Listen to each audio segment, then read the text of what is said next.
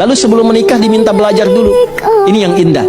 Kamu kenali dulu, kamu akan jadi suami, kamu akan jadi istri. Ini tanggung jawabnya. Dan kemungkinan-kemungkinan yang terjadi di rumah tangga ini, dari miskomunikasi, dari mulai salah paham, dari mulai keinginan untuk melakukan sesuatu, persoalan dengan mertua dan sebagainya, muncul Quran surah keempat An-Nisa ayat 34 sampai dengan ayat 35. Setelah itu diarahkan tugas pokok untuk seorang suami mencari nafkah.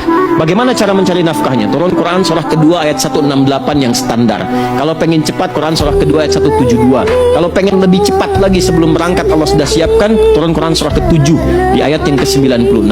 Tapi Allah ingatkan, bukan berarti bekerja tanpa tantangan. Kadang-kadang persaingan ketika meningkat itu bisa mencelakakan. Ada yang ingin menyingkirkan, menyungkurkan yang jahil, maka nanti ada amalan-amalan yang ketika dilakukan, posisi Anda diangkat oleh Allah menjadi terbaik dan dilindungi dari siapapun yang akan menjahili Anda. Turun Quran surah ke-17 misalnya di ayat 79 sampai dengan ke ayat 81. Saat suami mulai bekerja, beraktivitas dan seterusnya, istri di rumah pun bukan tanpa tantangan. Ketika ada anak dan sebagainya, maka ada pendidikan yang harus diawalkan sehingga anak itu berpotensi dekat dengan ibu dan dalam keadaan yang baik. Turun Quran surah ke-17 ayat 23 sampai dengan 27-nya.